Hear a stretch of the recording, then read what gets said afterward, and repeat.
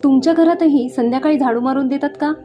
मोठी माणसं नेहमी म्हणतात, संध्याकाळी झाडू मारलं तर लक्ष्मी घरातून निघून जाते.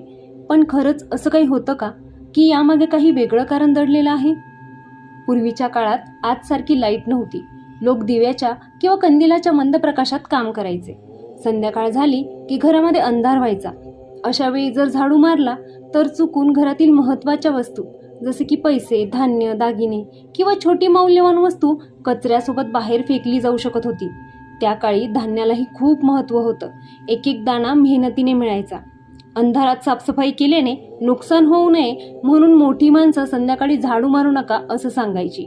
हळूहळू या गोष्टीला धार्मिक आणि सांस्कृतिक स्वरूप मिळालं.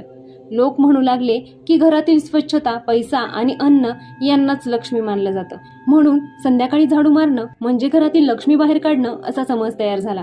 काही ठिकाणी अजूनही असं मानतात की संध्याकाळची वेळ ही देवी लक्ष्मीच्या आगमनाची वेळ असते. म्हणून त्यावेळी घर शांत, स्वच्छ आणि प्रसन्न ठेवावं असं सांगितलं जातं. पण आजच्या काळात वीज आणि चांगला प्रकाश असल्यामुळे ही गोष्ट पूर्णपणे अंधश्रद्धा मानायची की परंपरा हे प्रत्येकाच्या विचारांवर अवलंबून आहे. मग तुम्हाला काय वाटतं? ही फक्त जुनी समजूत आहे की यामागे खरंच काही अर्थ आहे?